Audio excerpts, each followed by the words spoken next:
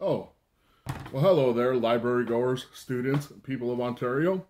It's your old friend Jay Ojic, artist, writer, and television producer from the Kitigan-Zibi Anishinaabe community in Quebec. And here today on National Truth and Reconciliation Day, we thought it might be a good idea to kind of take a look back at my career and some of the things that I've been lucky and blessed enough to do. So without any further ado, pull up a seat, get comfy, and would you please join me in taking a look back at my career and some of my work. Not all of my work, because that video would probably take about 3 hours, but some of the more important things, the bigger things that I've done, and things that people seem to really enjoy, at least from what I've seen or been told anyway. So hope if you're not familiar, you find something that you might like. So let's get to it. So let's take a look and start off with Kagagi the Raven, which was a graphic novel that I wrote and drew. I created the character Kagagi. And this was published by a Canadian company called Arcana Comics. At the time, Canada's largest comic book publisher, at least in terms of like volume, the number of books that they put out. I had self-published 3 books myself called The Raven. They were black and white, single issues. And I met up with Arcana at a comic convention in Toronto, Ontario, and we came up with a deal to bring Kagagi over to the Arcana banner. And what that brought to the table for me was the ability to distribute Kagagi far and wide to basically any comic book shop in North America that wanted to carry the title. So it was a huge jump up from where we began, or where I began with Kagagi, which was self-publishing out of a basement on the res. So we went from like self-publishing and me mailing out single issues of this comic to basically being distributed across North America. As far as I'm aware, it's still the only native created native superhero book to be carried by Diamond Comics distributors and thus available in every comic shop. First native comic created, superhero comic created by a native creator anyway. So it's something I'm fiercely proud of. And the book did very well enough, in fact, that I was fortunate enough to be able to adapt it into an animated series. So what you're seeing here is the poster for the animated series Kagagi, which aired on APTN here in Canada, on FNX in the United States, and NITV in Australia. So we were broadcast basically internationally.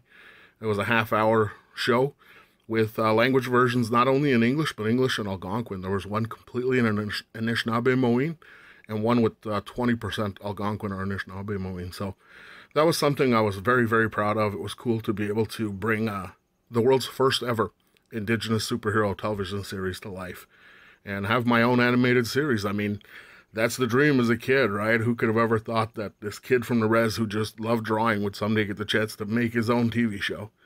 So very cool. And if you've ever checked it out, I hope you dug it. Kagagi will always have a special place in my heart. Black Flies. Ah, yes, the book you also egomaniacally caught me reading of my own. Black Flies was a really cool thing, published by Scholastic Canada, and again, written by Robert Munsch, who is probably, I would say, the biggest name in children's book writing. And in my opinion, he's the GOAT. He's the greatest of all time. Greatest children's book writer, greatest storyteller for younger readers, early readers that we've ever seen in the game. And to get the chance to draw a book written by Bob is a huge honor. It was something that I approached with a great deal of hesitancy and a little bit of concern, because my style really comes from drawing comic books. And you can see a lot of the animation and American comic book influences in my art, which is different from a lot of the stuff that we've seen before with Robert Munsch titles. And those artists are all fantastic. So I wanted to bring something new, a bit of my own flavor to things and see how it would do. And luckily, people really seem to gravitate towards it. And it's something that kids really enjoy. So it worked out pretty well. And Black Flies was an important book, I think, not just for me, but for a lot of people.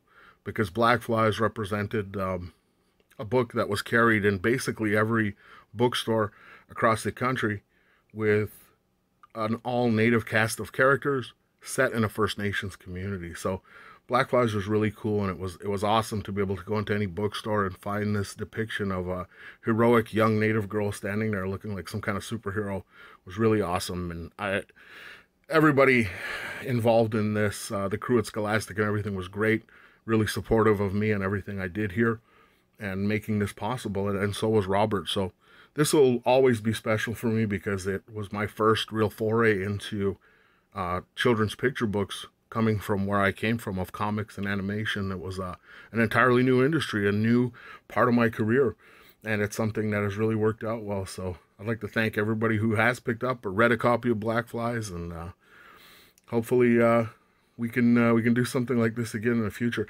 There's some of the coolest stuff that I think that I really enjoyed doing in this book was doing different shapes with the swarm of flies and mosquitoes, like the clouds, and we see just one shot where the swarm of black flies and mosquitoes forms a giant hand. So you can see some of my comic influences creeping through, and it was a lot of fun, and I hope you had fun reading it. Ah, yes, Bear for Breakfast. What can I say about this book? My second collaboration with Bob. Another team up between Ojik and Munch. Another bestseller, which was really awesome to see. And Bear for Breakfast is cool in that, much like Black Flies, it has an all-native cast of characters that's set in a First Nations community. But this time around, we did things a little different. And like I said, Scholastic has always been great about supporting me and getting behind me and believing in me. And one of the things they did, even though we're not seeing that cover here, they published a version of this book, Bear for Breakfast, in Anishinaabemowin. So you could get the book in any bookstore in Algonquin. There's also an audiobook version of it that's available through Scholastic. So if you'd like to follow along with the text in Algonquin and actually hear the spoken words so you can learn some pronunciation, it's a great resource tool. Really cool, kind of a dream come true situation for me. The idea of creating books in native languages is something that I hope we can definitely see more of, because there's definitely a need for it. We're losing our speakers at a ever-increasing rate. So anything we can do to help keep our languages strong and alive would be fantastic. And just taking a look at one of the interior pages here is a page that was a lot of fun for me to draw from this kind of worm's eye view perspective, looking up at Donovan, the kid in the book, who has decided he wants to eat bear for breakfast, and on his hunt he encounters this little ant. But you can see the Anishinaabemowin text placed under the English there. So a very cool project, something that I'm very, very proud of, and it always means a lot to me when I meet with parents who are using it to help give their kids an entryway into the Algonquin language, because that's very important. So another really important book, my second team up with Robert, who's just a great guy, and I can't say enough great things about. And I hope if you read both of these books, you enjoyed both of them. If you ask me to pick a favorite, I can't. They're like my children, and you can't pick a favorite, kid. Even though we all know every parent has a favorite, right? And I was that favorite. Just kidding. Apologies to my brothers. Something a little bit different. Like I said, when we first started talking, maybe we'll take a look at some things I've done that haven't necessarily been in books, that have still been art related, and this is definitely one of those things that I think is really cool. If you're not familiar with this, this is a design that I created for the Ottawa Senators NHL team for their Indigenous Cultural Awareness Night.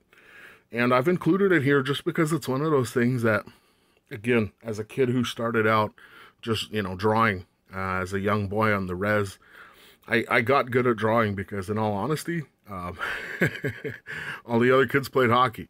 And having moved to my dad's community of Kitigan-Zibi from where I was born, Rochester, New York, I didn't know how to skate very well. So I had to do something in the winters. And in those harsh winters that we get, as you know, there's not a lot to do if you're not great at hockey. So I developed a passion and a skill at drawing, I'd like to think. And to get the chance to design a piece for an NHL team was a really big honor, especially growing up a big hockey fan. And my cousin Gino played for the Vancouver Canucks, the Montreal Canadiens, the Flyers, and the New York Islanders.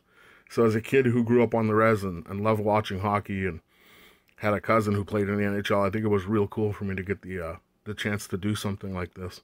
It was a real honor to work with the Senators on it, and I hope you dig it. I've included a graphic here that kind of explains some of the design choices and things that I implemented into the design to give it a bit of an authentic Algonquin flavor. And it's just real cool to see these kind of bigger companies, big organizations, reaching out, getting us involved, getting authentic Indigenous voices involved in creating things like this. And I think it's just great for everybody, especially kids who want to play in the NHL someday, or maybe kids like me who can't skate well enough to do that and instead are picking up a pencil. It just kind of lets people know that we're seen, we're still here, our cultures are still vibrant and dynamic, and it was a real honor to do, and I hope you dig the design I did for the Sens. Go Sens, go! Apologies to all the Leafs fans out there. You know it's nothing personal. All right, so that's it for a look at my career, my work, and some of the things I've been lucky and blessed enough to do. It's been a real wild ride the past few years getting to work in everything from animation, television, to comic books, kids' book, picture books, and so many other things in between. I think it's important on a day like today, on National Truth and Reconciliation Day, to reflect and give some thought to the fact that whether we be First Nations, Native, or non-Native Canadians, we are sharing this land, sharing this country. And books and art present a great and unique way for us to learn about one another's cultures, and more than anything else, I think connect with one another. It's very important that we learn to get along with, and not only get along with, but learn to respect and appreciate our neighbors. So I hope this has been a good time. I hope you've enjoyed hanging out with me here and learning about some of my work and some of the things that I've done.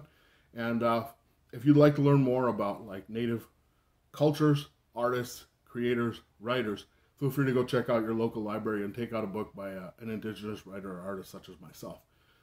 Till next time, I guess, I'll catch you down the road. Miigwech. Peace.